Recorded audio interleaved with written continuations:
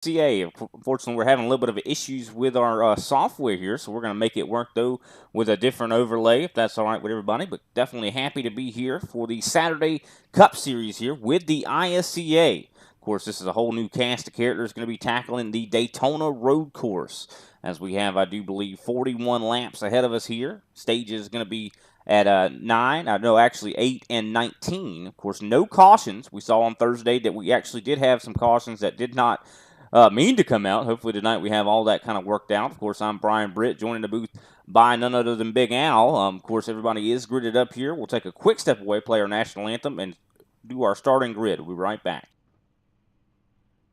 Oh, say, can you see by the dawn's early light what so proudly we hailed at the twilight's last gleaming, whose broad stripes and bright stars through the perilous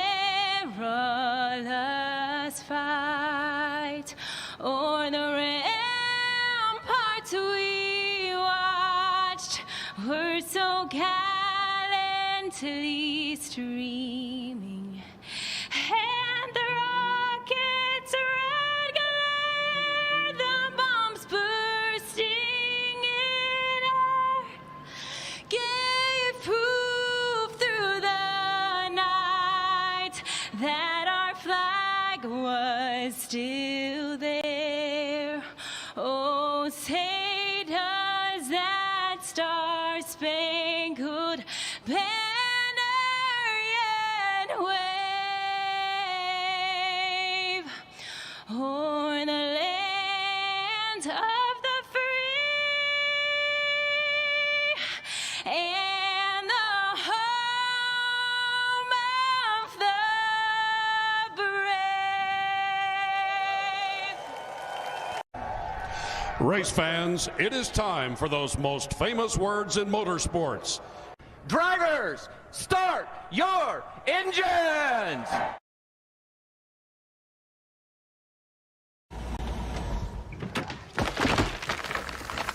No.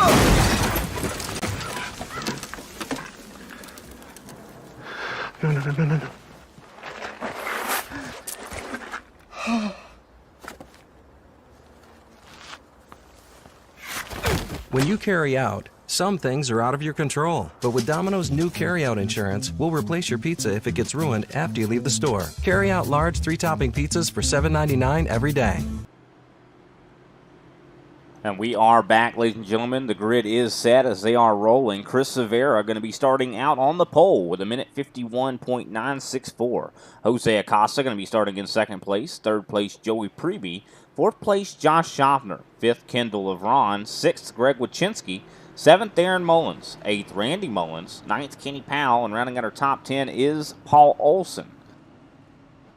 And it looks like everybody's set to get this thing underway as we enter the last set of chicanes here. Pace car should be preparing itself to head on down pit road. One interesting thing about tonight, of course, with the pace car being a Porsche, I think that Porsche might get around this track a little bit faster than these next-gen cars. Nah, man, come on. You don't think so? They got a lot of downforce, but for the first time here tonight, the green flag is out in the air. Great start there for Chris Severa as he's going to enter turn one. Now, we saw turn one was very hairy in that Thursday race, but it looks like these guys, look like everybody got through there pretty well right now. Side by side, though, for the fourth place position, Josh Schaffner under fire from Kendall Lavron. And here comes Josh back to the inside. Of course, one thing about road courses is, you might have the advantage going into one corner. You probably won't have it in the next one, though, right, Big Al? Yeah, absolutely. I mean, this is going to be fluid, to say the least. Drivers going to have to definitely try to find their own individual race rhythm. This isn't the time where you actually come out here and try something new. This is the time where you actually want to come out here, settle into a race rhythm. No cautions, though, so that's going to be another big event that they're going to have to get over as well. We did see the caution come out, inadvertently on Thursday. That caused a lot of confusion. That won't happen tonight, so I'm interested to see how this field of 10 is going to stack up here, Brian. Yeah, for sure. We did see that caution come out on Thursday, first stage number 1. And that kind of threw the playbook out for a lot of drivers. They were prepared for exactly that, going green the whole time. And we'll see if that's the case here tonight. Of course, we mentioned it. There hopefully will not be any cautions here. And we will count the stage points whenever they cross the line going to the next lap after lap 9 and I do believe 19. And these points are going to be very important to these drivers. Always are. I mean, they could be even more important than getting a win.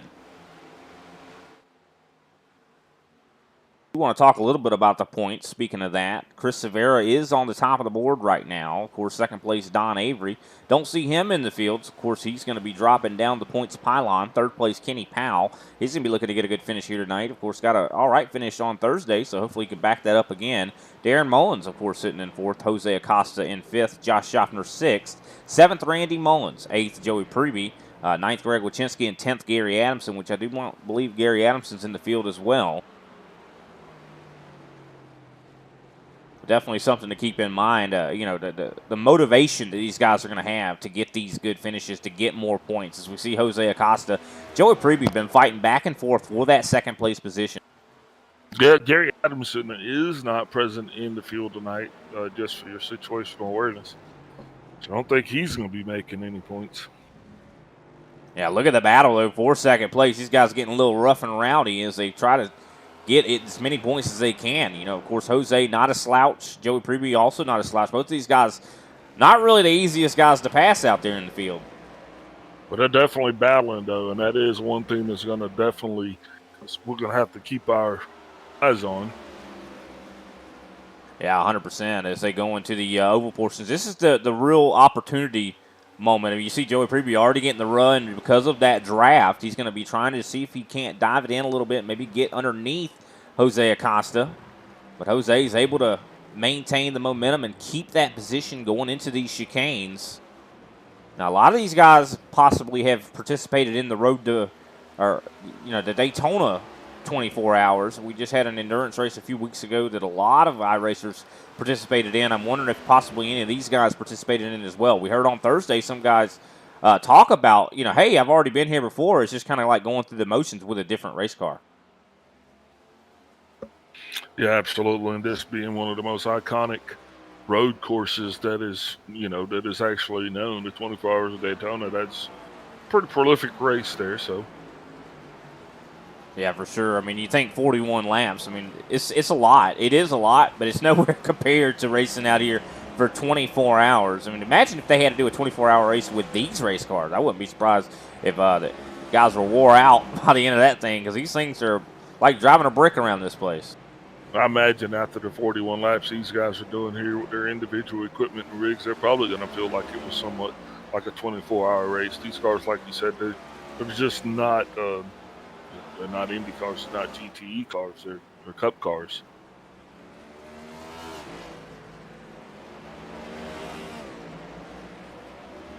%. But for right now, it looks like Chris Severa holding on to the lead. He's got about a 1.6 second and even growing. I mean, now he's over 2 seconds. So he's getting some really good exit speed on these corners. So Chris Severa looking to see if he can add his name to the winner list here at the Daytona Road Course. Of course, he's won this before this season. But I know Chris Severa loves racing around these road courses. This is where you actually have to drive the race car. Yeah, another thing, it's going to be tight on fuel, so we're going to definitely be watching to see once those green flag pit stops do actually start to commence. I'm imagining it's going to be somewhere around lap 19 or 20 going into 21. So somewhere between 19 and 21, we'll actually start to see guys start to pit. Yeah, what we have here as our, I'd say, kind of expectations of a fuel run is 20 laps. That's about what you can make it. So there's going to have to be some type of saving or something like that to kind of make that work. But it's just such a big track. It takes almost 2 minutes to get around this place. I mean, is there a lot of opportunity to save? As we see Greg Wychinski and Kenny Powell side by side.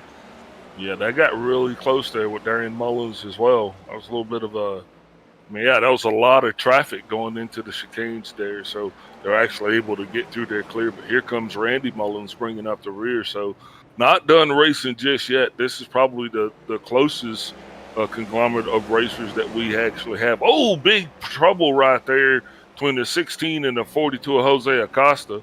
That's going to cost Jose definitely to come back a little bit. Him and Joey Freebie actually got into each other here. Taking a look back at this right now as well as we see Joey Freebie, I do believe, diving it in underneath the 42. Little contact. Sends the 42 right around, and the 16 goes right with him. Josh Schaffner has to take evasive maneuvers, but those guys got off the track fairly quickly and look like they're back underway. I don't think this is done, though, as those guys are still right there on top of each other. Well, we still got the previous still turning donuts down on the infield. You might want to go back and look at that one again to see what happened to him. But, you know, it was synchronized spinning. That's all I could say about that one. So this is the second incident here between the 42 and the 16. Boom, he just sails it in, and yeah, I think this might have been some beef. Yeah, that was 100% some beef on the track right there. Looks like the 42 probably a little upset with the 16, decided to pay back a little bit of retribution. Do you think so, Big Al? No, I didn't see it like that at all. I think Jose's brakes might have got a little glazed over, might have come into that turn just a little bit hot there, and, you know, unfortunately made some contact with the 16. So, I mean, but you know what? That's just one of those racing deals, I think. How was that? Was that pretty good? I'm gonna have to definitely use some of my insight to see if you're being sincere there. Yeah, that's sarcasm right there. His whole At its truckload. finest. We just dropped off a whole truckload of sarcasm right there on the backstretch. And that does put Josh Schaffner up into second place. Of course, now Jose Acosta relegated back, I do believe, to fourth place, if I'm not mistaken. But Joey Freebie fared the worst out of that. He's all the way back and now ninth, almost last. So now let me ask you a question, because neither one of these two guys, and look, we got plenty of time to talk about this, neither one of these two drivers, strangers to controversy. Okay, let's just call it what it is. So what are your thoughts on that little action that just occurred there? Well, I think Freebie was driving it hard, didn't mean to get into Jose, turned him around. Jose was a little upset about it and retaliated. That's the way I look at it. I think that, you know, he was a little hot under the collar. I mean, that's the way I look at it. But, I mean, well, of course, the admins will tell at the end of the race. Us talking is just bluster. We're not really sure what actually happened. Oh, yeah, I saw what happened. I got a pretty good bird's eye view of what happened. Plus, I'm an analyst, so don't forget that. So my opinion matters. No, I mean, we saw what happened. We didn't get to see inputs. We didn't get to see, you know, what was the actual intention. It's hard to really, you know, explain that part. I mean, of course, I'm sure we're going to hear both sides of the stories later. Okay. But Brian definitely it looked very fishy. It looked very fishy, Big Al. I'm right there with you. It looks like a clear case of retaliation. That's what I would say. Ladies and gentlemen, how you doing? My name is Al Nixon. I'm going to be your, you know, real live, like, no BS host. And then you got Brian Britt, who's going to, like, call it in the shadows, I guess. I mean, I literally called it retaliation, Big Al. What else do you want from me? I want you to say you did it on purpose. That's what retaliation means. No, I'm just giving you a hard time. We got a long way to go here. Still 3 wide here almost. You got Kenny Powell still battling with Greg Wachinski. Yeah, a little bit of a blinking issue from Greg Wachinski right now, actually. Randy Mullins is kind of falling back from the fray here. That he has. I'll tell you what, who's been pulling away from the fray is Chris Severa. He's almost 8 seconds now out in front. He's just been driving away here. Really fast laps there for him. He's the fastest on the track by a large margin. But actually, last time by, Joey Freebie was the fastest on the track. I think he's driving a little bit of intensity. Yeah, Freebie's definitely trying to get his way back through the field. He's on a mission, you know. I don't know. I think it was just hard racing between he and the 42. Josh Schaffner definitely having his hands full as Kendall LeBron has showed up to a party today, and he is not taking no for an answer. Yeah, and you got to keep, you know, look at Kendall LeBron. I mean, he's had such bad luck. I mean, I think it was even just last week he got involved in an accident he really had no business being in. But, you know, he did recover and drive his way up to the front a little bit there, but then he had some other issues later in the race. So hopefully he has some better luck here tonight. I know he's been really trying to make an effort in the road course racing, and it looks like he's paying off as he's right there on the back of the 50.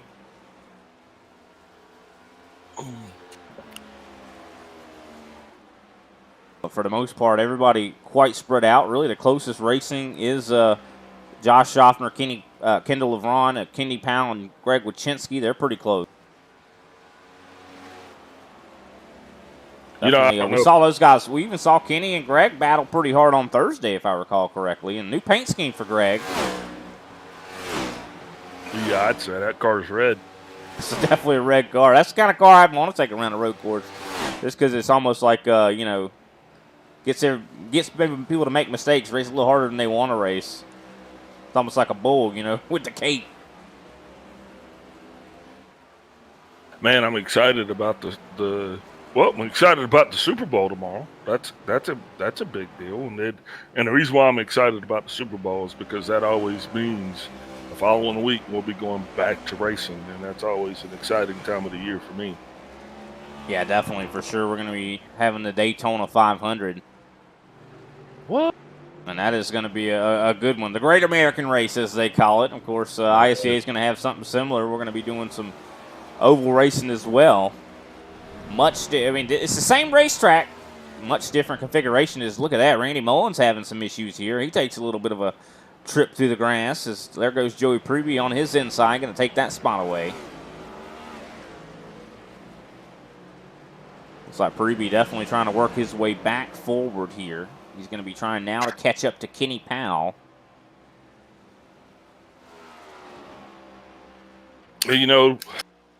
This is one of those great opportunities for drivers to get points. The thing about it is everybody's getting stage points. I feel like we're running the Oprah Winfrey show. You get a stage point. You get a stage point, okay? And that's going to be times 2 stages. Paul Olsen now down on pit road. He's still going to score, though. So no matter what, he's going to get 2 points minimum out of this contest here tonight. So he's got to be feeling pretty good about that, right? Oh, yeah, for sure. He's got to feel really good about that. 100%. Sad to see him go so early, though, only completing just a few laps as a stage break, I do believe, or not really stage break, as the stage is going to be ending, I do believe, and now a lap. About now, yeah. Ooh, Greg Wychinski smokes him getting into the chicane there. The bus stop, brother. So he's definitely trying to catch up there to Darren Mullins, who's in front of him. Of course, Kenny Powell looking for any advantage he can to possibly get this position from Greg Wychinski. Ooh, Kendall Levron makes a death-defying move. Tries to get around Josh Schaffner. Schaffner just kind of slows down, does one of these NFL linebacker moves, regains the position there, just to go in stage 2. That was actually a pretty aggressive move on Kendall Levron's part, but awesome retort by Josh Schaffner. Yeah, Josh Schaffner's that guy that he's going to be, we dubbed him the Iceman, for a reason. He's going to let you try to pass him, but, he's going to probably out-consistent you. Yeah, that move was definitely cold as ice. 100%. But Chris Severa on another planet right now. 13 seconds is his lead. He has just been steadily driving away. He's got himself a rocket ship underneath that thing, and even though his laps haven't even been that great, to be honest with you, last time by, 1:54.591. I think he was a little off on that one. So we do see some guys that were faster than that. Yeah, looks like this stage is getting ready to kind of be in the books. Looks like Chris Severa is going to solidify himself as your Stage 1 winner.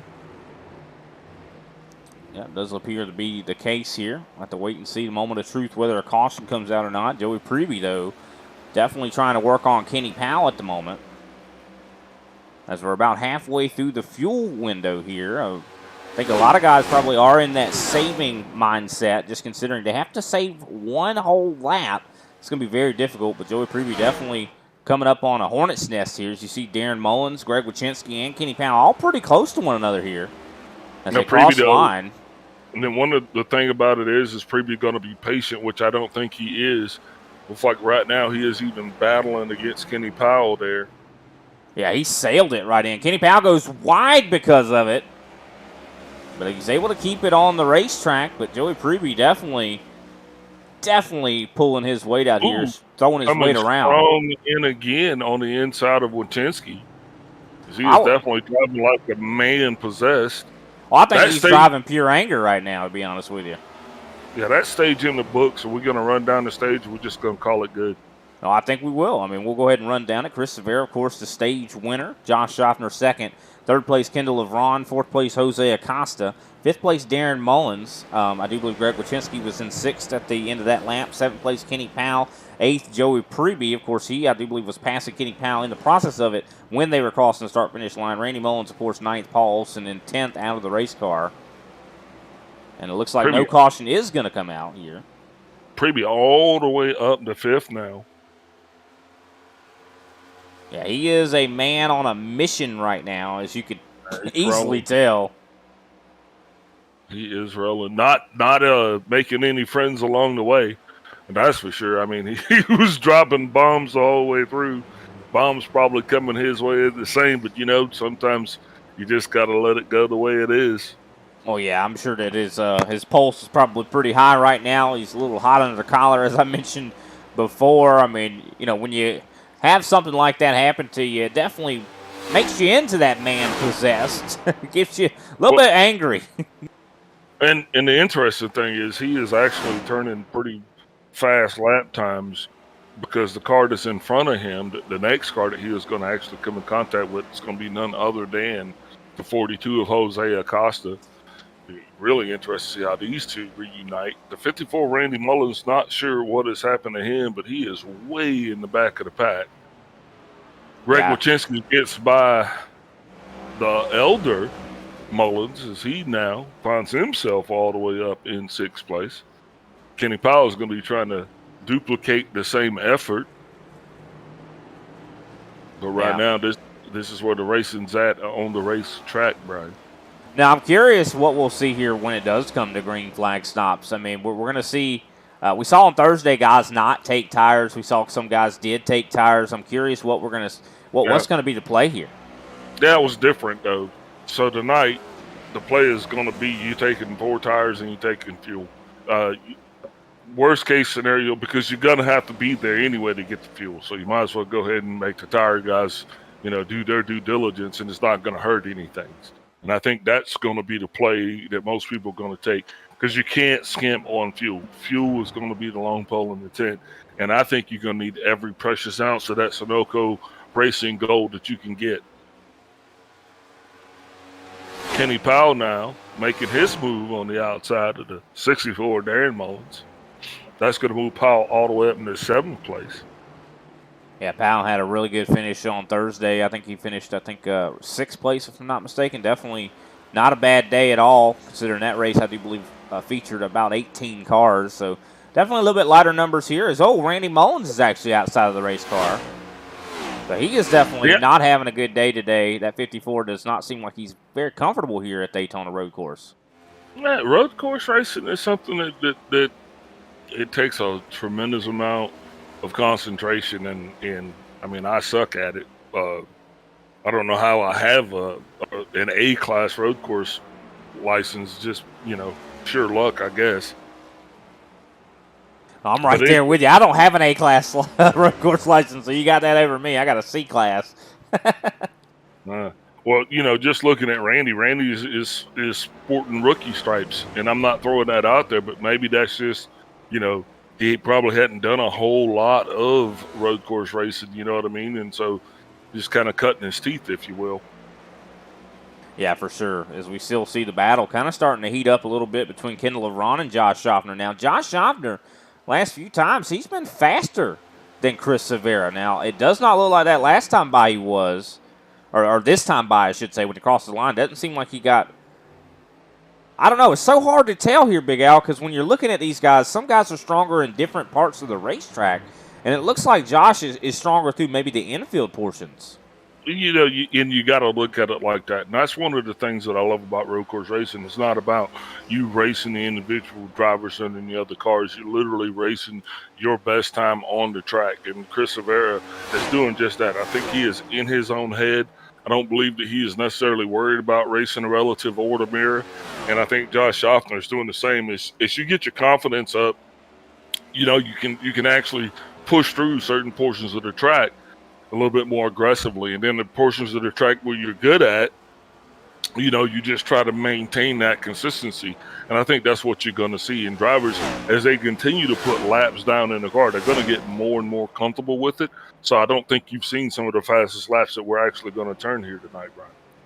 No, I think you're exactly right, especially once the fuel starts to drain out of the car. Joey Preby steadily been turning some of the fastest laps on the racetrack. Last time by, he hit a minute 52.863. Very quick lap there from Joey Preby, fastest on the track. But now Chris Severa has turned up the heat once again. Paul Olsen's rejoining the race surface now. He's going to be back out there in an attempt to get him a couple more laps to actually catapult himself over Randy Mullins. You can't fault him for that. I just hope that, Randy, if you're listening, make sure you turn your car off. Last thing you want to do is cook that motor just sitting over there idling on pit road. No, you're exactly right. That's some great advice for these drivers. Just considering, I mean, we've seen that time and time again where a guy tries to get his damage fixed or something like that, and the engine expires. And if Randy was smart, to be honest with you, seeing that Paul's out here, I'd be getting back in the car. I think you just saw it. But, like I said, the cool thing is everybody's getting paid tonight, no matter what. So you really got nothing to lose. I would go out there, just have fun, and just try to race myself. Yeah, maybe learn a little something, yeah. Yeah, maybe, and wait on Chris Severa to come by me. And then maybe, you really can't go to school as much on a road course as you can on an oval. But the key is just to try to best yourself. 100%. I think this is going to get – I don't think this is as cut and dry as we think it is because, I mean, Schaffner's been fairly consistent. He's expected to be consistent. Like, we do see Chris Severa, he turns a hot lap every now and again, a fast lap, but he's not consistently hitting around the same time. Schaffner is, as we look at Kendall LeBron, goes real wide. Going to lose a lot of ticks off of that one. He's going to be kicking himself because, I mean, here's the thing. It takes 3-4 laps to gain tenths, but it just takes 2 turns to lose thousands. Yeah. I mean, that's what we're dealing with here, at this racetrack. I think more like seconds to lose seconds. I mean, it is so easy to lose time, as Chris Severa's lost a lot of time. He's now about 6 seconds in front here, so I think that he's having some issues right now. Very easy to heat those tires up here at this track, too. Even though tire wear doesn't seem to be a main issue, I don't think it's the wear itself. I think it's the heat that you get in those tires. It's hard to get out. Yeah, but the ambient air temperature right now is 69 degrees. That track temp's just sitting there at 81 degrees. And these guys are, they're what's the word I'm looking for? They're really kind of displacing that heat in those tires over a lap. And that's a lot different because you're not going to be heating the tires up in the same spot when you're on a road course, say if you're on an oval, especially if you're on a short track. On a short track, you don't have as much opportunity to kind of get the heat out of the tires as you do when you're running a road course like this right here, Brian. Yeah, 100%. You got to sometimes, and what you can do, though, is just back it up a little bit more and maybe just not push it as much off the corner for a couple laps just to kind of cool them down a little bit. Can work, but, you do lose that time, and time is what Chris Severa is losing right now. I mean, last time by, Josh Schaffner was a couple tenths faster, but I do believe Darren Mullins eventually might end up going a lap down. He's still got a ways to go right now, but I think eventually – we're going to see some more guys going a lap down here, but we also could see a change for the lead. I do not think Chris Severa is going to drive away with this. Really? That's interesting. That's because he's got the lead. And the only thing that would actually cause him to lose the lead would be, an unfortunate set of circumstances. Say like he washes out on a corner, drives in too hard, or has a snafu down on pit road. And not to talk, trash about Chris Severa, but we've seen him do things like that before. I mean, Chris Severa, no one's perfect, but Chris Severa definitely can sometimes trip himself up sometimes. But, I mean, I don't think that's the only way that he loses that lead. I think that there's another way, that Josh Schaffner gets up there to him. I mean, I think that's a possibility. He's been consistently faster than Chris the last few laps. I mean, anything's possible at this point. I mean, Randy Mullins now making his way back out onto the racetrack. He sees Paul coming. That's why. And interestingly enough, him and Paul Olson are going to be right there side by side battling each other. Now, there's still a deficit of 1 lap between the two, but Randy being the beneficiary of the good, so he's still actually ahead of Paul Olson. Going to have to race him like the Dickens to maintain that position right now. Yeah, for sure. Hey, at least I think both of these guys just need to keep it in their mind that, hey, we're still in the points. Let's just try to learn something. I mean, prepare for next time. When we come back to Daytona Road Course, we're a lot more comfortable. We might not, we're going to get some points here tonight. Might not be a whole lot of them, but let's just learn something.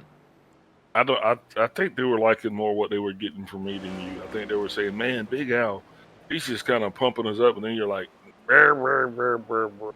No, I'm just kidding. That's not how you sound. That's exactly how I sound. Every time I play back the broadcast, it's like, blah, blah, blah, blah, blah. 15 laps so into this thing, and Chris Severa's still in the lead. Of course, all in fun. What he's got to do, man. Keep an eye on Jose Acosta, though. He's not that far back from Kendall Lavrana and Josh Schaffner. I would not be surprised. Just considering, I think Jose did very well on Thursday, if I recall correctly. Yeah, but see, here's the problem. Third place, wasn't it? Or yeah. Fourth. It might have been fourth, maybe. Did you talk to him? I think I did. I feel like I did. But I know he did well. I know he did well.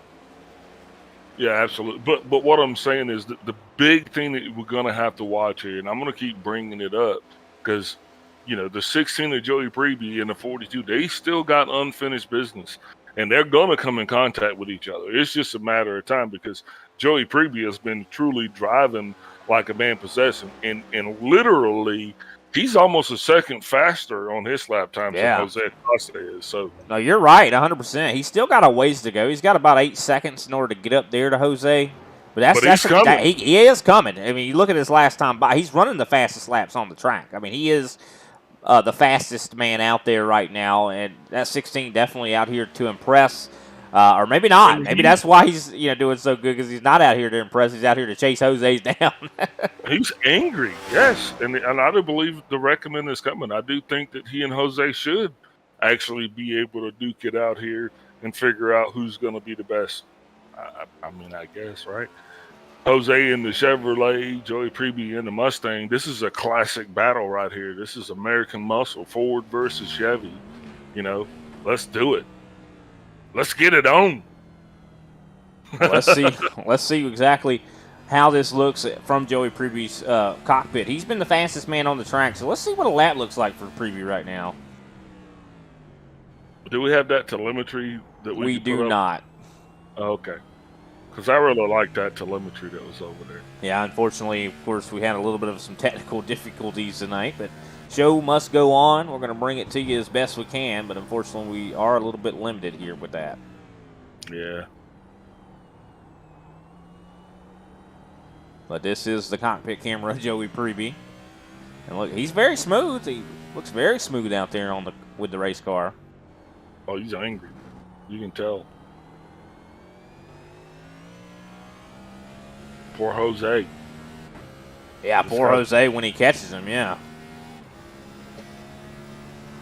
Jose, if you're listening to this broadcast, run, little buddy. Run. Run. You can run, but you can't hide. Kenny Powell still doing his due diligence, turning laps around his track right now. He is following his G&G teammate, the 5 of Greg Wojcinski.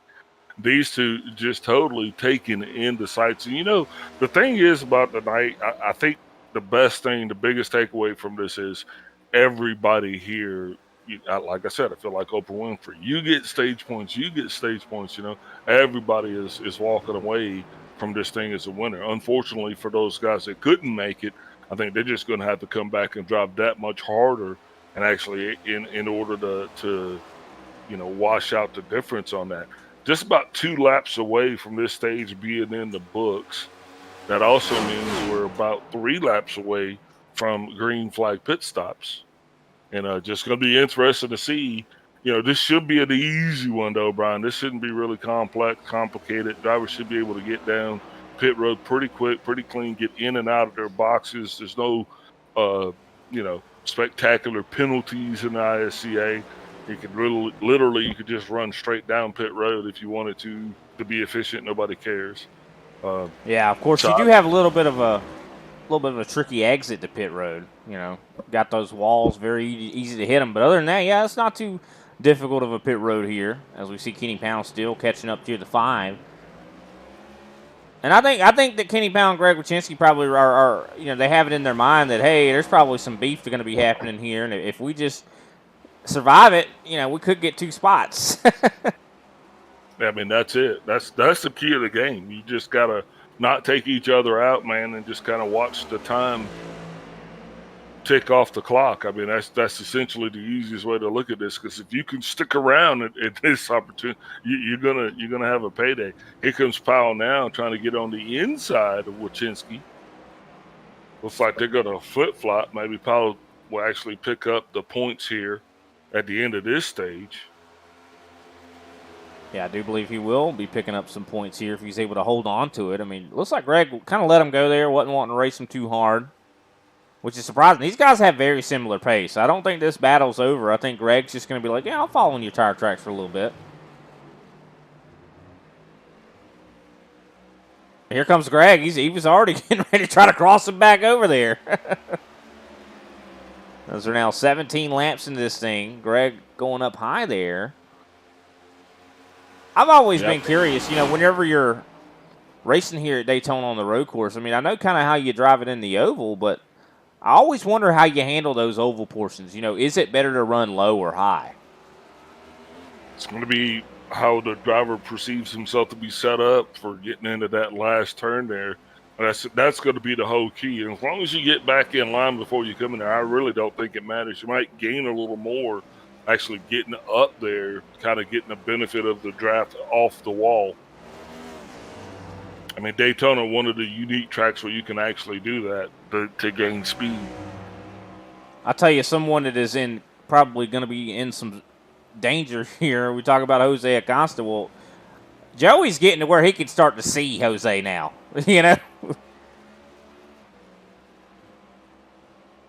Oh yeah, they're gonna have to deal with each other sooner than later. Jose his next victim is gonna be the 28 of Kendall LeBron.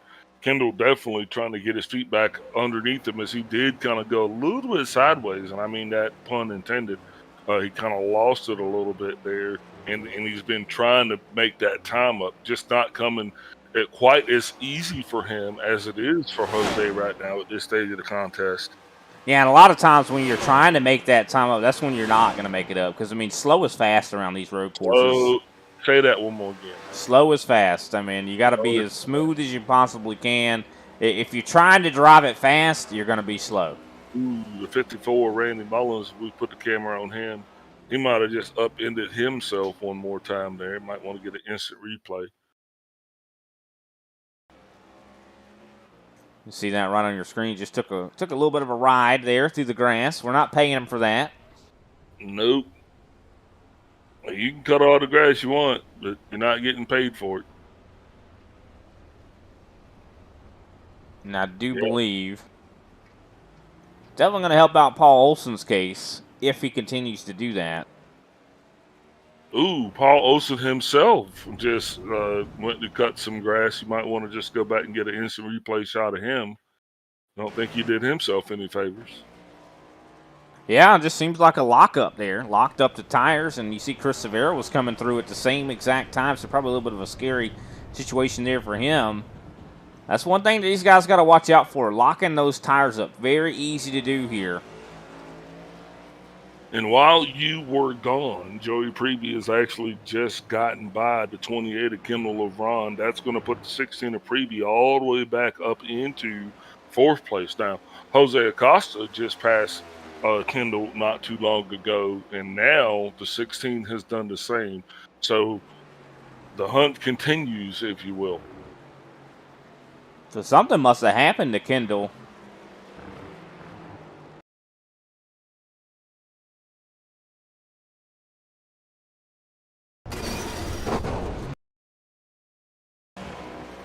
It looks like almost in the same exact place that Paul Olson and Randy Mullins had an issue. A little bit of a lockup here with Kendall, and slides off right into the wall here. Oh, ouch. That hurt. Almost took out our camera there.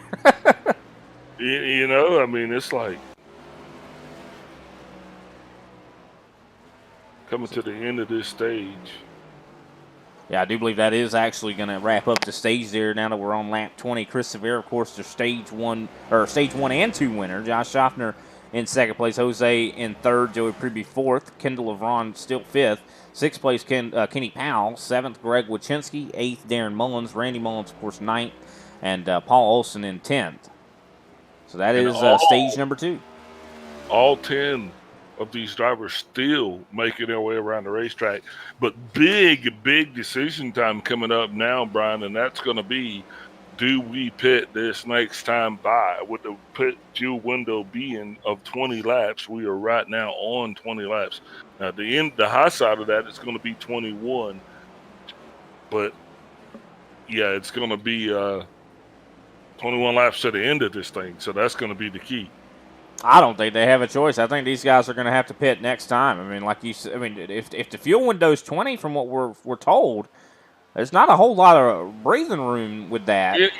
Yeah, but you know what? And people might take exception to what I'm getting ready to say, but you know, you can take exception. I don't care if you take offense. Car guys, man, I just ain't met too many of them that tell the truth.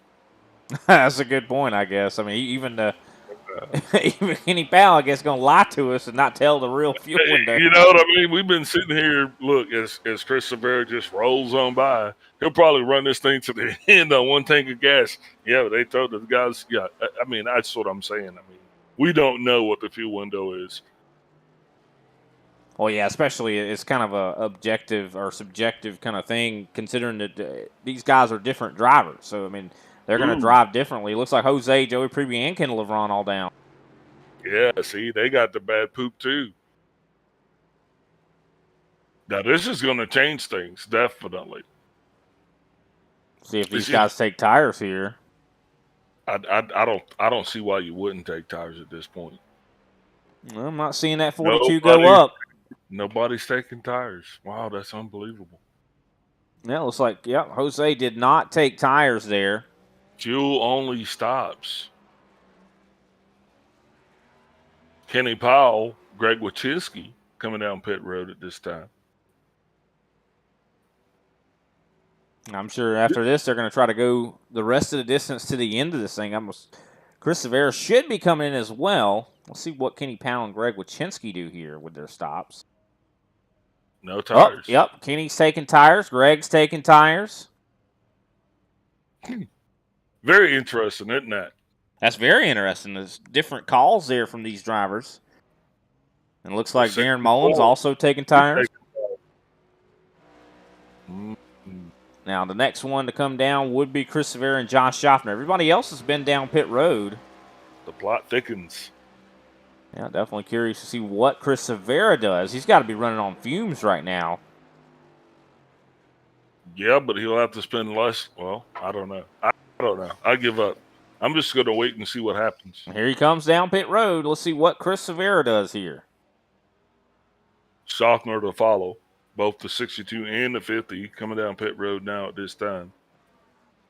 Yep, there goes Josh Schaffner. And just like that, we are halfway through this thing before we can actually get it in books as we're watching the 62 G&G Chevrolet of Chris Severa. He is not taking tires. Looks like it'll be a fuel-only stop for Chris Severa. Schaffner comes in. He is taking tires. All right. Don't you love it, man? Very different strategies we got here. Some contact with the wall from Chris Severa. I thought about how hard it is to get off of this pit road. Well, he just got a big hit on that concrete. I don't think that's going to hurt him too much. If we could also get a replay there on Kenny Powell, I think he was a little worse for wears there back in the last turn before. Yeah, look at this. I think he just had a spin-a-rooney. Yep. And that's the thing about taking tires. We hear it time and time again. that you got to wait to get them warmed up. It's hard to do that. Cost him at least one position as Greg Wachinski is going to slide on by him. But, we talk about that all the time. The one thing that you can't do, you can't stop time. When that car is not going forward, when it's going sideways, when it's not on that X-axis, you're going to be losing time, which means you're losing money. Speaking of that, got a car that's going to be off in the grass there. I believe that's the 16 of Joey Preby. He also kind of missed a turn there, and that's going to cost him dearly. Yeah, interesting there, considering how consistent he's been. He's been one of the consistently fastest drivers on the racetrack, but all of it can go away. All of the time that you've built up can go away in an instant, and it looks like it has, as he is going to lose a lot of time because of that. I think he's going to fall back into 6th place. Yeah, Kendall LeBron has gotten in front of him.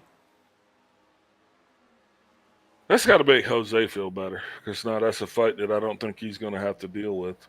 Yeah, he's got a lot of time between him and Joey Preby now, so he's probably breathing a little bit easier right now. But you never know; he might still run into him at some point. They're definitely going to hash that one out at the end of this thing. I can guarantee you that. Josh Schaffner now definitely got his wheels underneath himself, 2nd place, and he is kind of rolling there, Brian. He should be good to go to the end of this thing. Both he and Schaffner, both he and Severa. Schaffner took tires, Severa didn't. Yeah, that's correct. What are your thoughts? What are your thoughts on that? Oh, we did hear it from DeCiani on Thursday. He said that he thought taking tires was, could help in the short run. But like I said, it's kind of hard to get the tires warmed up. We do see Jose's not far behind Schaffner now. So we're going to have to hope that Schaffner, that taking those tires is worth it. Because, he's about 12 seconds back from Chris Severa. If he can consistently be faster than Severa because of the new tires, I'd say it was worthwhile. We'll have to wait and see how that kind of works out. I understand what you're saying. Man, Joey Preby is putting the screws to Kendall LeBron. LeBron smoking his tires on the axis, trying to defend his position, but Preby, he's kind of in there like a hair on a biscuit. That's the easiest way I could say it. Now, no, don't. LeBron's been going high like that the entire race, so I don't think that was him relinquishing that position. I think that's just the line that he's been running. Well, no, didn't he drop down behind Preby? So I don't know. I think that this is the right call for Kendall, though. If he did give the position up to Joey Preby, you got to keep in mind. Preby was starting to push him quite hard, and Kendall was focusing on everything but what was in front of him, and that's never good at a road course. So I think that Kendall's like, hey, I just need to get in my rhythm, let him go by. Yeah, I'm gonna say this, and yeah, there's no disclaimer from this, but with Preby's controversial history and Kendall's unfortunate past, I wouldn't mix the two together. You know what I mean? Kendall LeBron has just got the worst luck, and yeah, I wouldn't push it. I'd have give him, 2 football fields, man. Just let me try to finish this thing, because he's in pay dirt no matter how you look at it right now.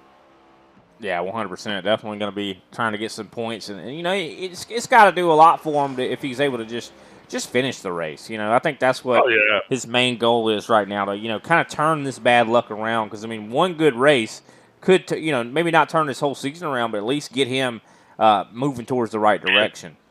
And me just being the shit stirrer that I am, I'm going to say, and heck yeah, cheer on Preby as he continues his march to catch up with Jose, because if Preby catches up to Jose and those two don't like each other, man, Kendall still wins again, right? 100%. Yeah, if they get kind of some contact and go push, wreck each other.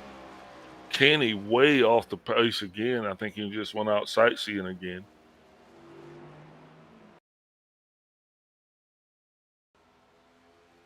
Well, from what I see here, I think he definitely went a little wide in this corner. Might have been something else that happened as well, but yeah, he definitely lost some time in this. He was able to keep it pointed in the right direction at least, but he definitely went wide. Yeah, he goes wide into turn 1 like that quite a bit.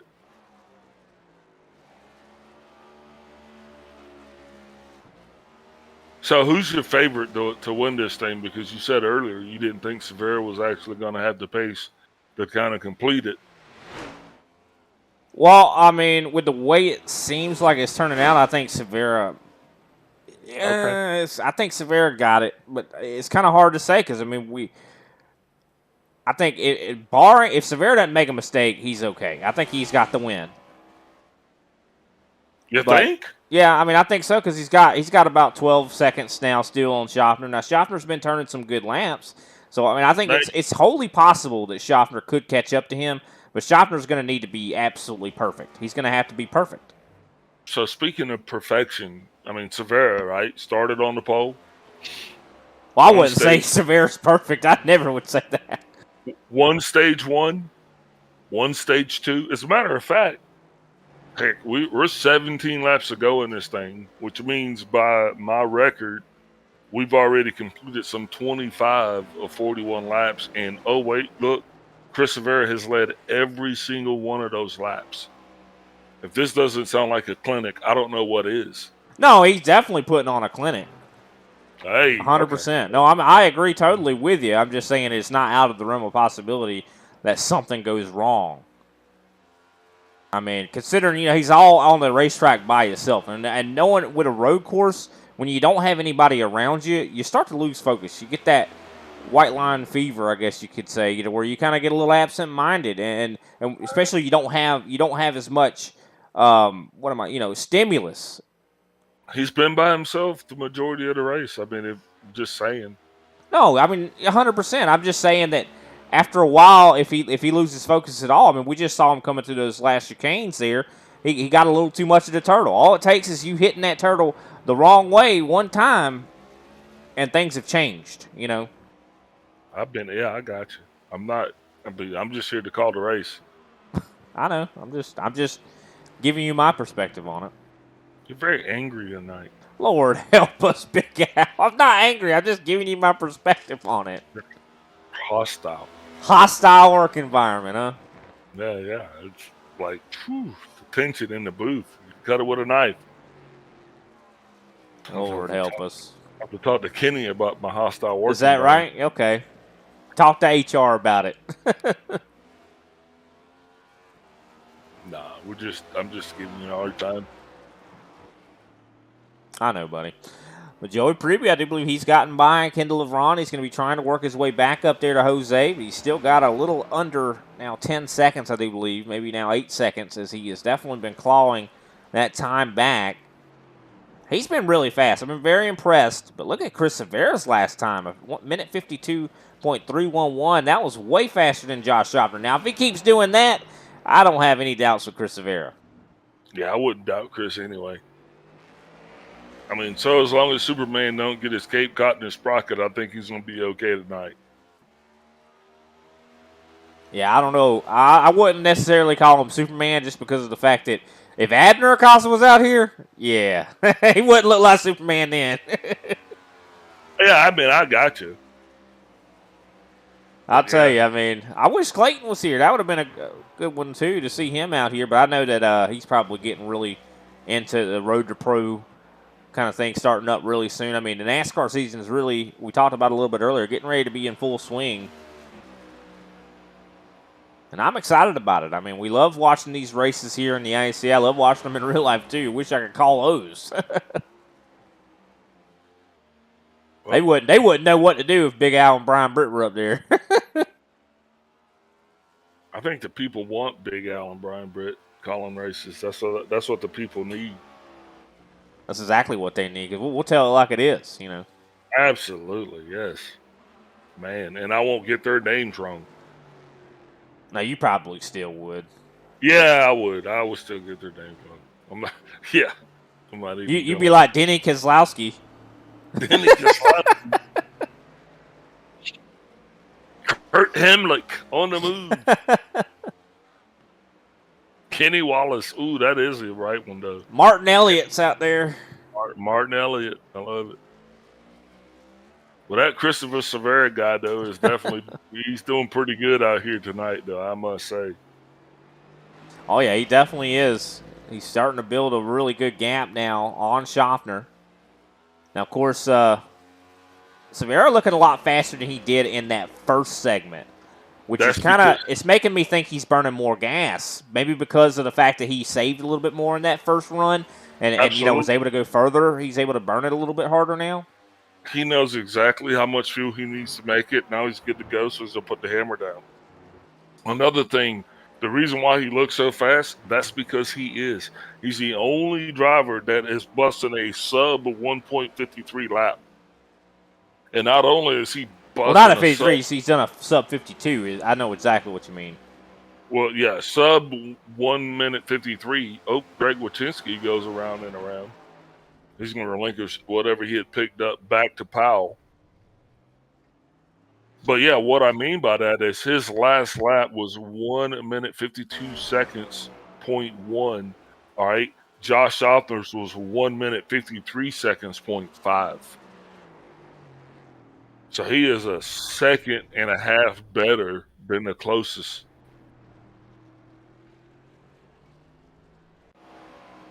Kind of was taking a replay that back there and looking at what happened with Greg Wachinski. He lost a lot of time, and that's going to give Kenny Powell that sixth place position. No, I mean, I get exactly what you're saying. I mean, Chris Severa I think what I thought you meant, what you were saying is 1 minute. Chris Severa was the only driver to get a sub 152. Because he actually, just a couple laps ago, hit a minute 51.872, which for the first half of the race, Joey Preby was the fastest car on the track. But Preby has definitely handed that crown over to Chris Severa. I just don't think Chris Severa was handling. Kendall LeBron. The Don is down. I think that's going to hurt. That might even leave a mark. Nope. He can still drive it. I don't know. Let's see if he can get that thing running again. Looks like he took a tow, I do believe, and I think he downshifted too early. You can kind of see. I think I heard the engine kind of getting really high RPMs. I think he downshifted a little early and it lost grip. Ooh, I think he's going to go ahead and park that bad boy. And you know what that's going to do? That's going to go ahead and move Darren and Randy up one. Let's take a look at this here through the cockpit camera. You can probably see he shifts down to first. Yeah, I think he was engaging the clutch, and once he took his hand, his foot off the clutch, the RPM shot up and caused a little bit of wheel spin, I do believe. So unfortunate. He was doing so great tonight too. Really a phenomenal race for him. But, we talk about this all the time. And Kendall, if you're watching this, I mean, I'm an analyst. All I can do is talk about what happens. He just has an unfortunate finish ratio. Where he finishes in the races is what's killing him this year. And he's been so fast. I mean, he's shown, I'd say, top 5 race winning speed every week, it seems like. He has. I mean, he's been fast. It's just doesn't seem to be able to put a whole race together. And I don't care how fast you are. I mean, you see those heroes that they go into practice and they run the fastest lap, and then they go into the race and can't finish the race. Nobody remembers the guy that turns the fastest lap. They remember the guy that finished the race. Yep. Gotta be a closer, baby.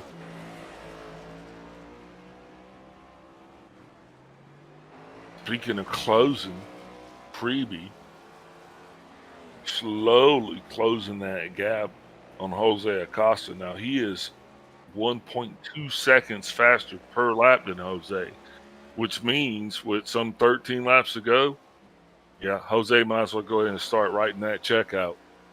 Jose, can you see in your rearview mirror? Yeah, because he's coming, brother.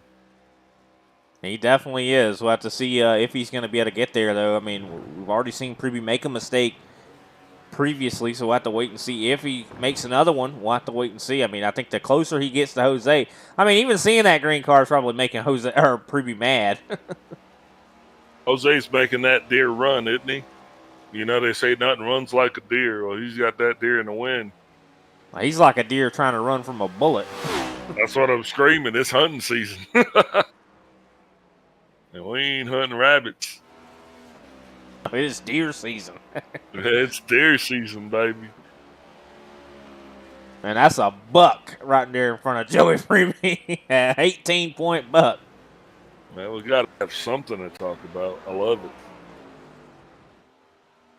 Yeah, I mean, nothing like a little bit of certified beef up in here. I mean, I like it. I mean, that's Whoa, 100% certified beef right there. USDA That's you prime understand? cut.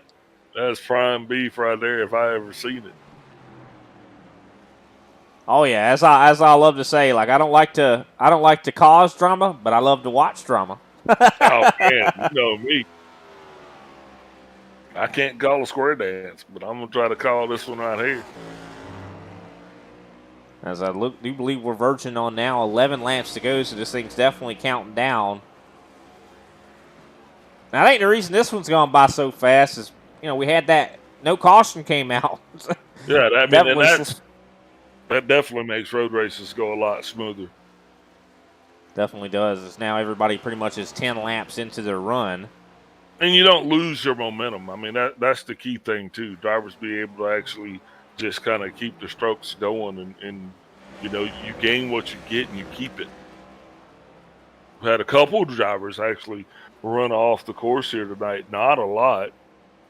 Jose's had quite a few incidents along with Joey Preby. They kind of tangled together, if you will.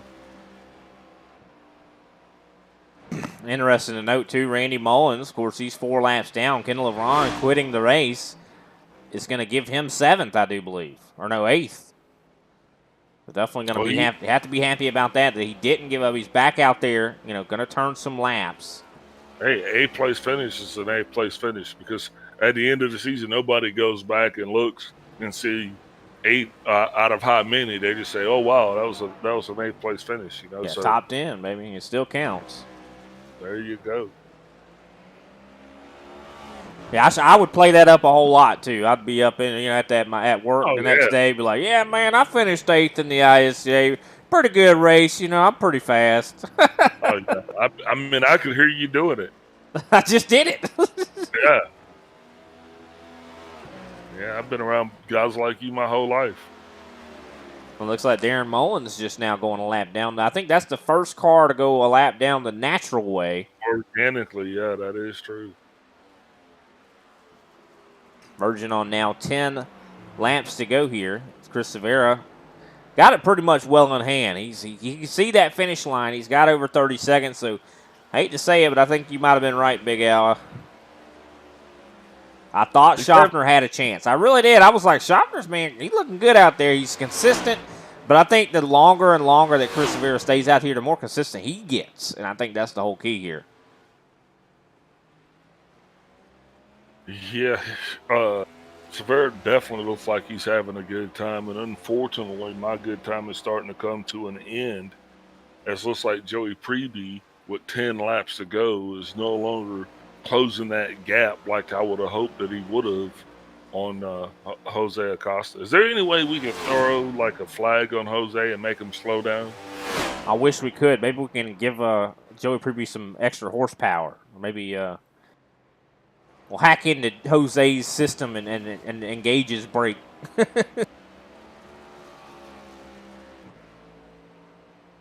Yeah. Get some people on that, Big Al.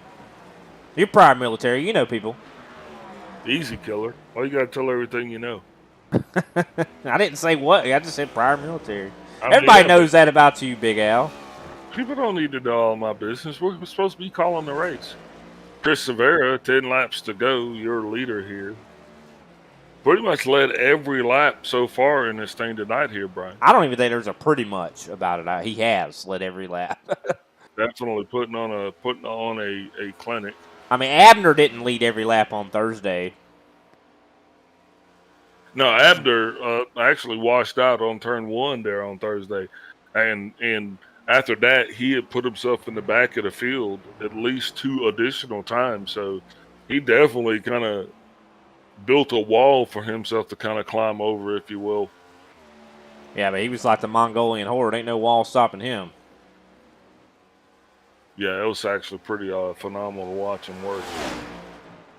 Yeah, I mean, and he was turning world record kind of laps. I mean, he had a minute 51.1, which is insanely fast around this place. And I mean, I don't know. I mean, I think that with Chris, how he's been really consistent. Hasn't had a misstep. I mean, the only missteps he's had has had have been minor, and that's the key about it. I mean, some of the best race car drivers in the world, they make mistakes. That's something, they make mistakes. But the thing is you don't even know they made a mistake because they corrected it right before right after it happened. They're so quick to be able to. Oh, a little bit of lockup there for Severa, but he's able to keep it in the right direction. So his tires seem like they might be screaming at him.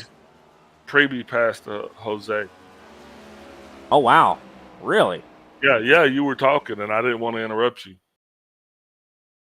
But in the time that you were talking, he actually caught him, passed him. Whoa, look at that. Dukes a hazard from Jose Acosta. He just did a jump, Big Al. Did you see that? Yeah, he hit that turtle. That's why they call them turtles. Yeah, I think Preby's got him kind of rattled. We got to take another look at that. I think every tire went off the ground there. I think you're right. I think he saw Preby was coming in and was looking in his rearview mirror, and boop, yeah, every tire came off the ground there. Makes you want to play the Dukes of Hazzard thing. Preby able to get around him without much drama, so it looks like a little disappointed, to be honest. Yeah, I think the pressure got to Jose, and Preby just kind of passed him by. There's no sense of hitting a guy that's already down. A poor dear. Almost reminds me of that race that was at the Roval when Kevin Harvick wrecked Chase Elliott. Man, that's just sad. I built that whole thing up. That was my closing moment for the race. And it fizzled. I got nothing. It is what it is, man. Life could be disappointing sometimes. Yeah, no joke. I got a country song with no hook. Well, at least we did get to see him do a pretty sick jump. But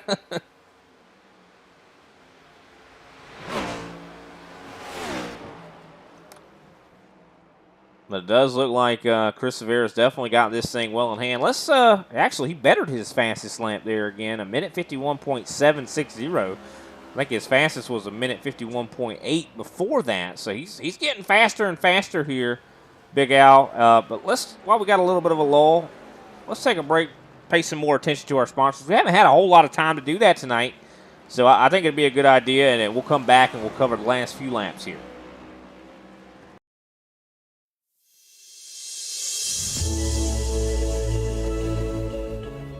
Hey everybody, my name is Warren Maddox. I am the president of Ultimate Experience Outdoors. Our mission, we are dedicated to taking veterans, first responders, youth, and Gold Star family members on outdoor excursions across the country. Support for our mission has many forms, from camp cooks to the great storytellers, some buddies with the band, maybe you just want to build a campfire and sit around and listen. Nothing goes unnoticed. Camaraderie is reborn. The acceptance among the men and women that took an oath. Whether it was decades ago or recently renewed, but never forgotten. If you feel like you could help us, please visit our website, www.uxonation.org. There, you can register to hunt, sign up to sponsor an event, or even donate to us so we can continue to execute our mission. Oh my gosh, I'm so comfortable, bro. We get a hug. What have you done, Jim? We need your help to hold the line once again.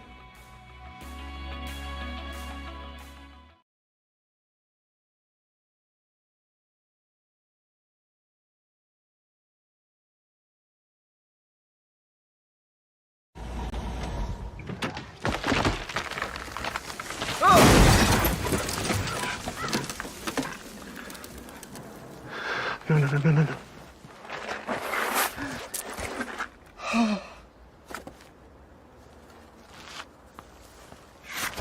When you carry out, some things are out of your control. But with Domino's new carryout insurance, we'll replace your pizza if it gets ruined after you leave the store. Carry out large 3-topping pizzas for $7.99 every day.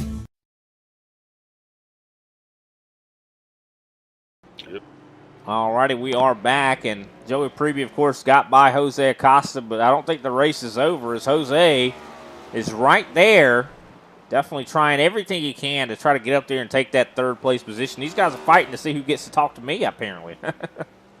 Yeah, definitely. But I think Preby's just a little bit faster than Jose. But Jose's going to be doing everything he can to try to reel him in. I mean, this is more than just for points. This is for pride.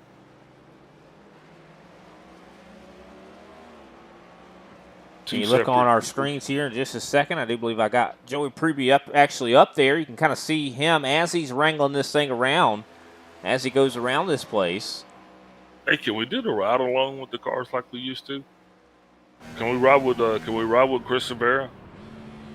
Well, and I was going to ride with Joey Preby because we got his camera here, actually watching him as he kind of works his way around the racetrack. Kind of interesting to see. You can see as he's moving the wheel, it's moving it into sim, so it's pretty neat to kind of see Joey Preby working around this place. Love these cameras that we have here. Glad that we were able to get that kind of set up and, you know, get to see what these guys actually look like, because I know a lot of times we get to hear their voices. We don't get to really see what they look like, Big Al. 100%.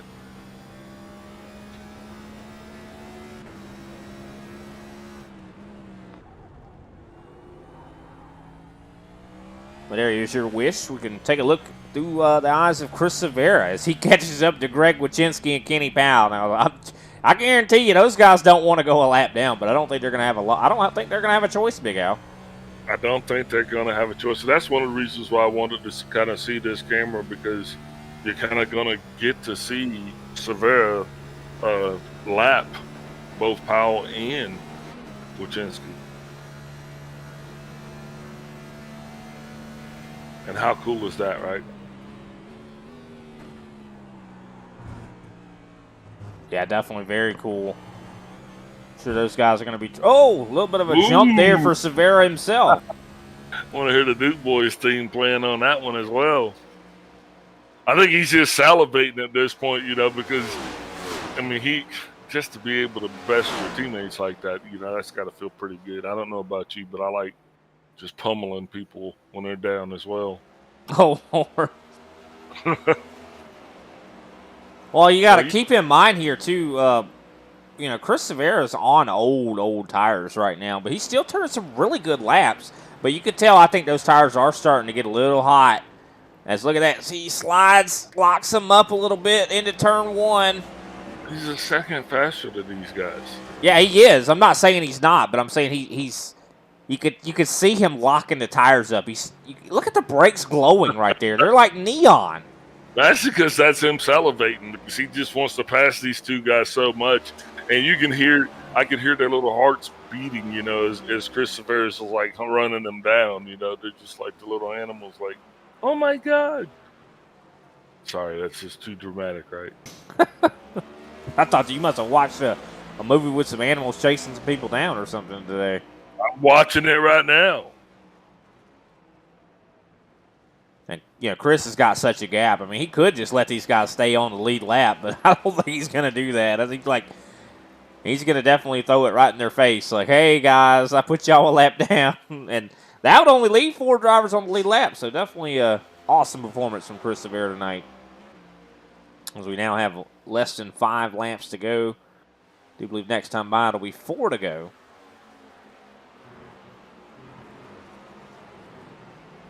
I've been lapped all my life.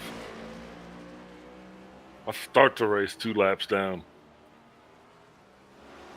Yeah, me too. Especially here. I would finish this race probably more like 40 laps down. It's a 41 lap race. I'd finish it 41 down. 10 cars in the race, I would have probably not made the top 20. That's right. That's right. Yep.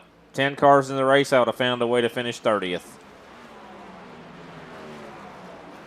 But there ain't even a 30th. Here comes Chris Rivera, though, up to the rear end of the 5. Now, this could get hairy. If something goes wrong here, the race could be in Josh Schaffner's hands. Because, you see Greg Wyszynski's right there on the 24. You don't think they're going to race each other? Oh, yeah, absolutely. But, you know, you don't want to take the leader out. Absolutely not under any circumstances. I mean, you can try to defend your position because there is no such thing as a That's a flag, but there he goes. He's actually making a pass on Wachinski. Now, Powell, the next car to be falling a victim. Yeah, if I know Kenny Powell, he's not going to want to go a lap down here. But I think That's he's going to only go four. wide. I don't think he's going to. I don't think he's going to fight too hard. Looks like Chris Rivera does put them a lap down. That makes four drivers only on the lead lap right now. 4 cars on the lead lap with 4 laps to go. And everybody that is on the lead lap is pretty spread out. So the fight, I do believe, for position is going to be between Kenny Powell and Greg Wachinski. They are the closest on the racetrack right now for position. So here comes Greg. Greg's got a lot of speed. We saw that Kenny was able to come up on Greg and pass him. But I think Greg might have been saving a little something here. Still, you see how high he goes on the racetrack once he comes down the back stretch. I don't know why he's doing that. I think that's just a signature Wachinski move. I think that's where he's comfortable at, and that's what he does. He really does set up that bus stop pretty good, because now look at him as he reels Kenny Powell in, and Powell takes a real awkward line going into turn 1, so that's something else you'll have to watch to see if Wachinski can actually close the distance here. Well, one of the strengths of that oval portion of the track is the draft. So that's why it doesn't make sense to me that Greg's not following Kenny. I would follow him and try to get every sniff of draft I could possibly get to make sure I set him up. But you got to get close in order to make the draft. I mean, you can't be 3 car lengths back and have that an effective draft, because you're starting from nothing. You understand what I mean? I don't know. I mean, the draft is useful up to about a second behind someone. If you have a long slipstream, but you're starting like in second gear coming out of the turn, you don't have enough distance there, I think, to kind of pull them in like that. Yeah, I mean, that could be the case. Yeah, I mean, I get what you're saying. When you're first coming off of the corner, definitely try to get as good an exit as you can. But once you're up to, kind of speed, then you maybe would want to use the draft. But look at Greg. Greg lost a lot of time to Kenny in that last couple set of corners.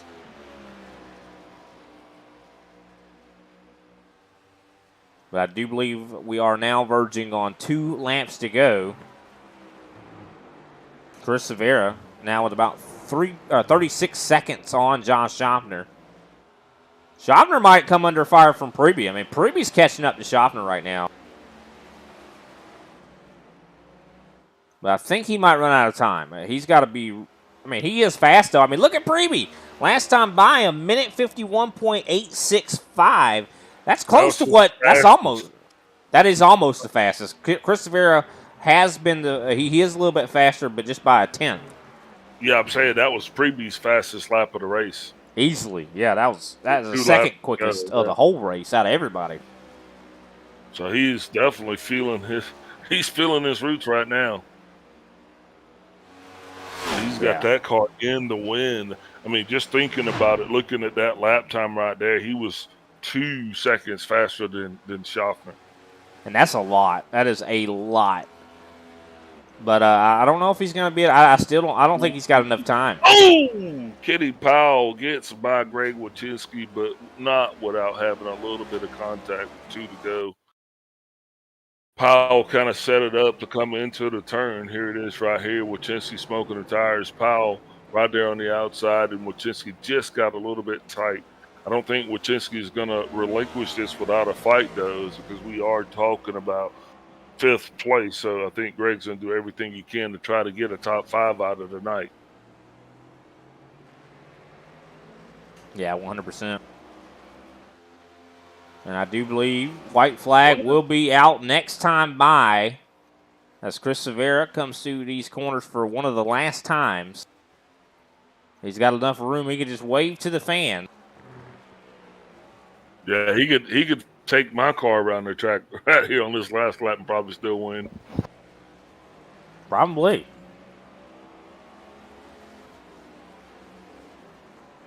My question is, Preby, he's been really reeling in Josh Schaffner. But I think Schaffner turned it up a little bit on that last time by. He was only about a tenth or so faster or slower than Preby. Oh, yeah, he definitely did kick it in the gear there on that last lap. At that fastest point, lap. That was his fastest lap. Josh just hit his fastest lap of the race. I think he's starting to feel a little bit of heat, and he's wanting to just put enough room in between him and Preby that he can at least finish in second place. Yeah, at that point, you know, there's nothing really to kind of savor, if you will.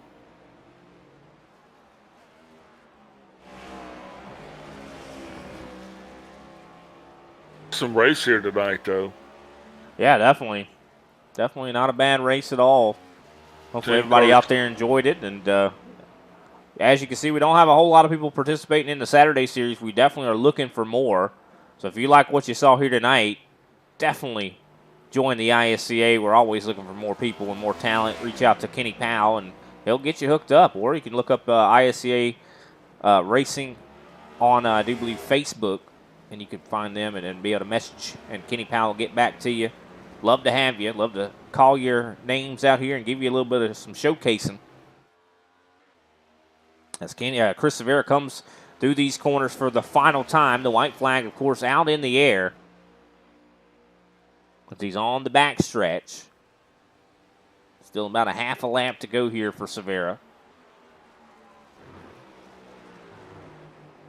This is the time he does not want to make any mistakes. It looks like he's going to get through some of the trouble portions of the track without too much drama.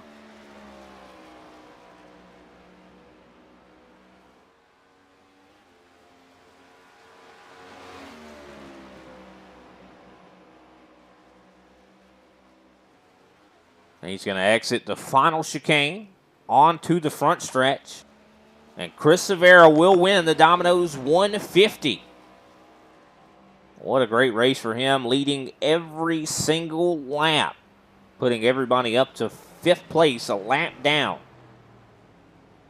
Josh Schaffner going to come in second place. Joey Preby is going to be in P3. Jose Acosta. Fourth place, the only driver left on the lead lap. Next, Kenny Powell, one lap down in fifth with Greg Wachinski. His G&G teammate also a lap down in sixth. Darren Mullins, the father of the duo, finds himself a lap down in seventh. Randy Mullins, the son, 4 laps down in eighth. Kendall LeBron, Paul Olson are going to round out this 10-car field. With that, let's take another brief step away, pay some more attention to our sponsors, and we'll be right back to talk to our top 3.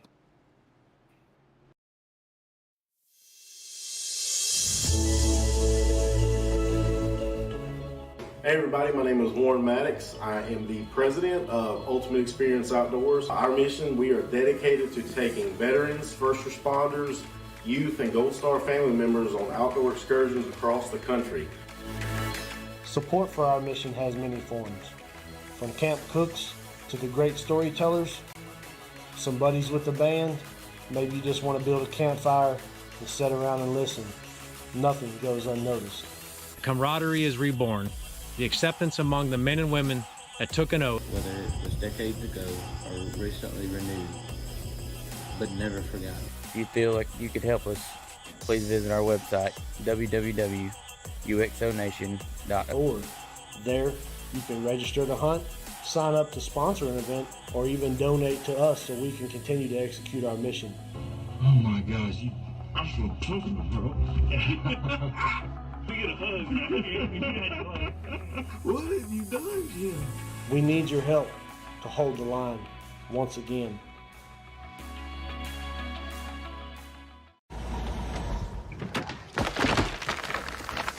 No.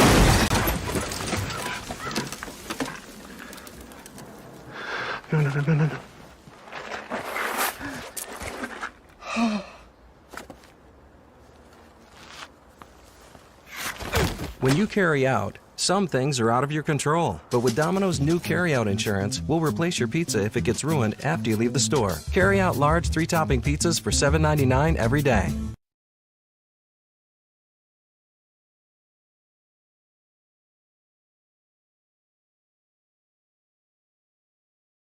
Alrighty, we are back, ladies and gentlemen, and we're going to be joined in the booth by our third-place finisher, Joey Preby. A little bit of an up-and-down day for you here tonight. I mean, you had some contact with Jose Acosta. You managed to recover from that and finish third. I mean, what a great recovery for sure. I mean, to get a top 3 after, going all the way back, I do believe, to 8th place after that incident occurred. I mean, you seem very fast. You had some really, really fast lap times. Actually, towards, I do believe, the end, you had your fastest lap of the race and the fastest lap of the race completely. We were talking about Chris Rivera was the fastest kind of all night, hitting a minute 51.582. You were able to hit a minute 51.4. Very quick lap, Joey. How you feeling? I feel good, that I was able to drive, come back from, getting in that wreck. I feel good about having a good third place finish. Well, you definitely ought to feel good about it. I mean, you did exactly what you needed to do. I mean, if maybe that accident hadn't happened earlier, do you think you might have did even better than that? I mean, it seemed like you were even on track to possibly catch Josh Schaffner there. Oh yeah, I'm sure I probably would have done better. Probably, possibly could have fought for the lead. I don't, but maybe if I didn't spin there, I would have missed the braking zone and gone into the wall. So I I think I would have done a lot better than I did, but I could have done a lot worse. Yeah, 100%. Now, looking at it, what did you think happened in that whole incident? Oh, I missed my braking zone at into what would be the turn 3, and we tapped and we both spun, and and then I think just Jose then missed his braking zone probably from warm tires, and it's just what it is. Yeah, for sure. But definitely, you took it in stride. I mean, we even kind of thought you were mad or something like that because the way you were driving so fast. I mean, it seemed like you just were blinded and just motivated a man on a mission, if you will. Was that is any truth to that, or were you just trying to get as many spots back as you could? After spinning, I was a little frustrated, and I was just trying to drive, back up and you know get into a good spot to get some good points, and yeah, I just wanted to come back. Well, you definitely did exactly that. I mean, grabbing a third place finish for sure. Could even maybe have gotten second if you had a couple more laps. But awesome performance tonight, Joey. You got the Daytona Oval coming up next week. I know it's going to be a pretty a different process to kind of get prepared for that one. How do you feel about the Oval? I I feel a little nervous just how Daytona is, and but I feel like if get walked up with the right person, could be a threat to win it next week. Well, that's right. It's all going to be about teamwork and finding, your dance partner, if you will, for sure. Well, man, after the third place finish here tonight, who can we give a shout out to? Everybody at Waco Motorsports for the great setups, and you guys for hosting this great broadcast, and Kenny for running this great league. All right. Well, we definitely appreciate your time, Joey, and we'll talk to you at some other point, and hopefully we'll see you next week. Yep. Thank you.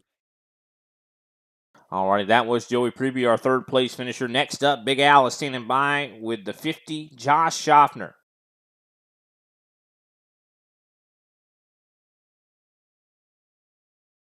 Hey, Josh, Big Al up in the booth. You got me? Yeah, I got you loud and clear. Well, man, looks like we got the road course portion of Daytona out of the way. It kind of comes a little bit off the schedule. How did you feel about, actually running the road course here? Was that something you were looking forward to? Yeah, I definitely was, and unfortunately, had a little trouble on Thursday, but yeah, tonight was able to keep it clean there those first few laps and settle into a good rhythm, and yeah, just kind of hit my marks. Didn't make a whole lot of mistakes tonight, and fortunately, was able to just kind of keep it between the lines and out of the grass, and was able to pull off a good finish. And so no, I'm pretty happy with it. Am I a road race ringer? No, but seem like I get better every time we come to these places, and just excited about incremental gain each time we come to a road course. Well, yeah, second place finish is nothing to snub your nose at, and congratulations on that P2 finish. But this week, even being more challenging because you did not have the luxury of having 8 opens at the Daytona road course. So, what did you actually do to prepare for this race here tonight? Yeah, we actually did have A opens all week at the road course, so I did run, I don't know, maybe 3 or 4, and had trouble in a couple of them. Had decent runs in a couple as well, but either way, was able to log laps, and it seemed like every time I completed a race, my average lap times were getting better by 4 to 5 tenths, and I haven't kind of done the math on this one, but I think I picked up a little bit of time this go around as well. So didn't put in a massive amount of work, but put enough work to get some gains and have a good run tonight. So with this car and where we were at last year, this time starting the season off, it's come a long way. Are you feeling more confident going into this next Super Cup season with the A Cup car handling the way it does? Yeah, I'm feeling real good about it. It's changed a little bit. It's much different than it was a year ago, and tire management has become a little bit of a bigger thing for all of us, and I think we're adapting to that well. And I enjoy some tire management along the way, and we've been putting good sets together each week, and I anticipate that to continue, and hope to have some good momentum as we kind of wrap up season one, but also roll into the big Super Cup series, which that's the one I enjoy the most all year. Awesome. And it does actually start next week. It's going to be at Daytona. That's going to lead me right into the next series of questions. Going into this Super Cup series, knowing that this series is a lot more competitive than it has been, what exactly are you setting to be your markers to kind of what are your goals to get through the Super Cup series? Yeah, a lot of it's just consistency. Granted, want to work hard and hopefully, get the number 50 car into victory lane. Hopefully multiple times. On the flip side of it, it's a long year, and you just got to maximize each race. If you're a top 5 car, you got to finish there. If you're a top 3 car, you got to finish there, and just got to avoid the unforced errors. Will we have some incidents along the way? Yeah, we all probably will, but just want to minimize those, and then just avoid mistakes along the way. And if you can do that, you're going to be there at the end regardless. Well, definitely hoping that you're going to put those words into practice as we get ready to go to Daytona this week. Well, we're going to be at Daytona, but just on the oval portion. That's a plate race. What are the things that you're looking most forward to, and what are some of the things that you're really looking out for? Yeah, always a fun race in many ways. It kind of kicks off, the NASCAR season, and granted the biggest race of the year. Plate racing has its own challenges, and it's going to be a situation: are you fast enough to run up front and stay out of trouble, or can you manage the race and be there at the end? But the hardest thing of any Daytona race or plate race is you got to be there at the end, and if you are, obviously you got a shot. Anyone's got a shot on the last lap if you're there, but you just got to be there at the end, and that's always the challenge. And the setup matters, but obviously the setup won't be as important here at Daytona as it is everywhere else each week. Definitely be looking forward to seeing what you and your G&G teammates have in store for us next week. Congratulations again on your second place finish. Before we let you go, who are you shouting out tonight? Yeah, I want to thank the ISCA and Kenny and all the work that goes into this. I want to thank you and Brian up in the booth. Appreciate you guys doing such a good job on the broadcast and the production. And obviously want to thank our good drivers that come out each week, and hopefully we'll get more here as the season gets kicked off for Super Cup. And always want to shout out my wife, my daughters for giving me the time to come down here and do this on Thursdays and Saturdays. And want to thank everyone at G&G. Definitely want to thank the sponsors, Pioneer and Smith Farms, and just everyone that helps make this league go round. Just appreciate everybody. Bud, appreciate you too. Always giving us a lot to talk about. Good stuff as well.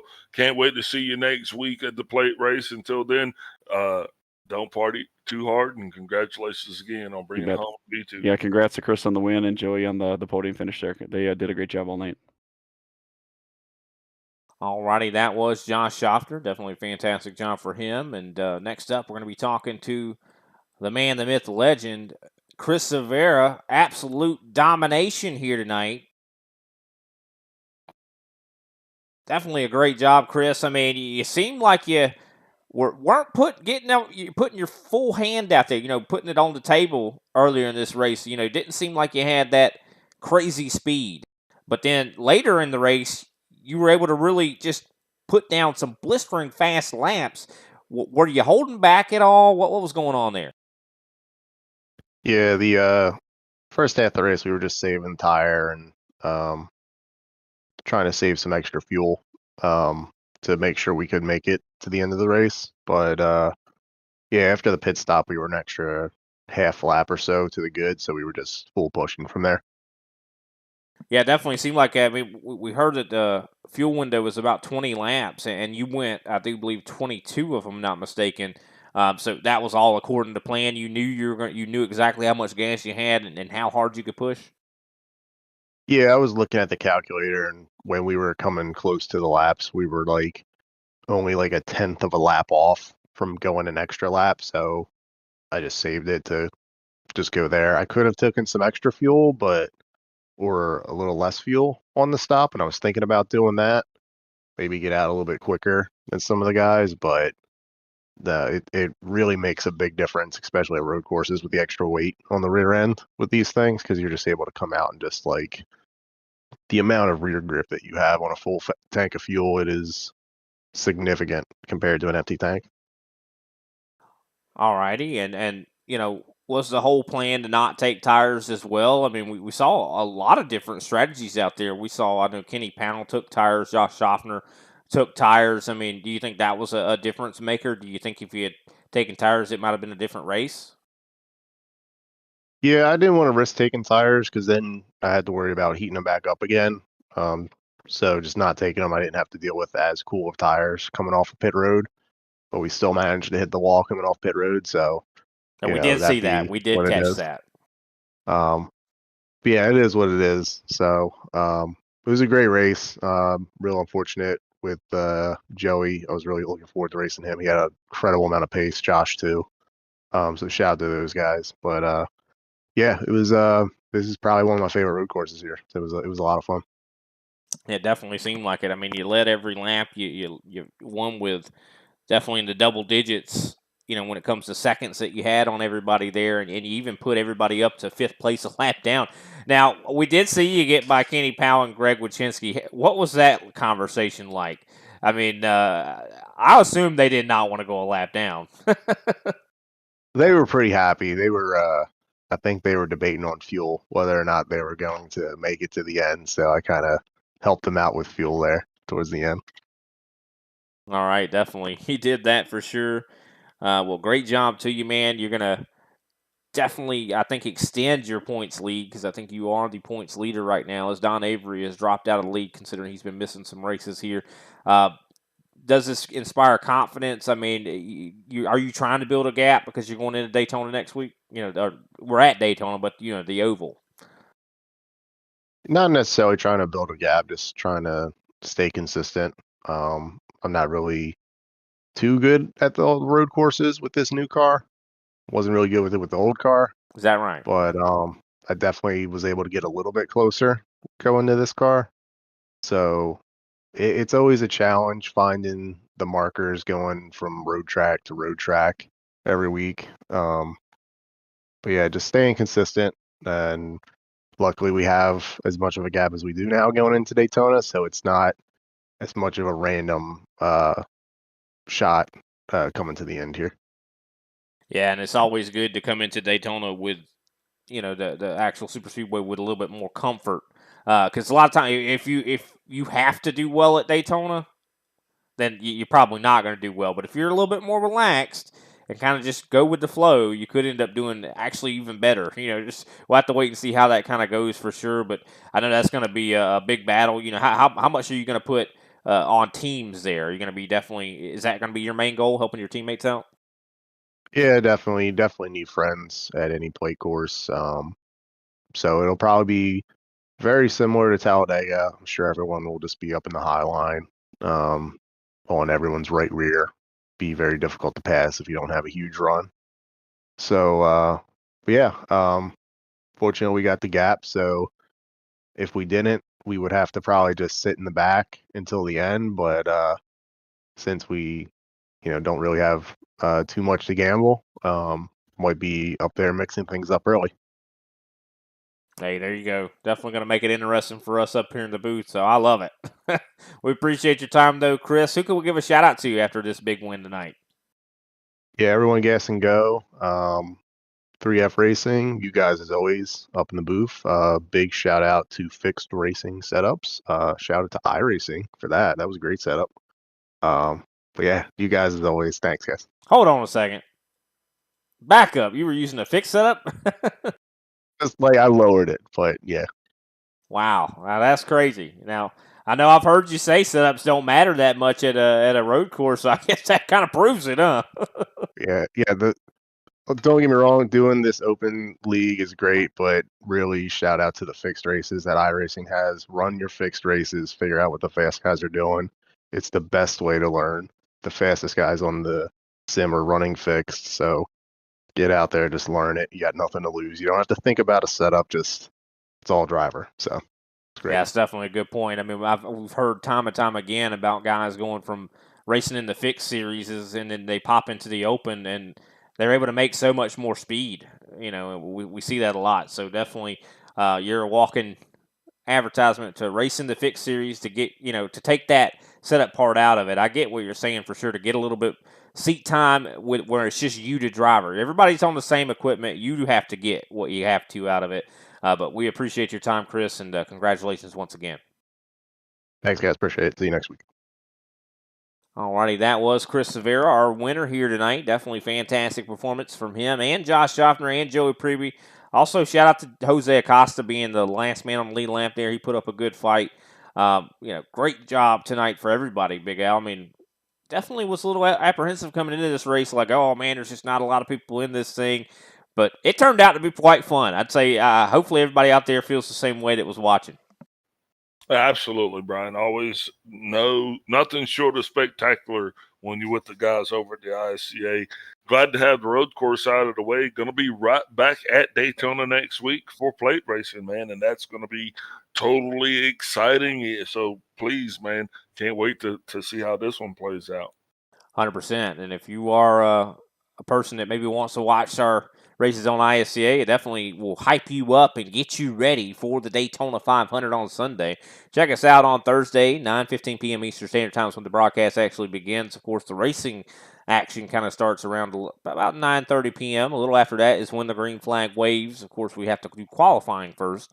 But like I said, that's the perfect way to get yourself hyped up for the Daytona 500 is watching this on Thursday and Saturday.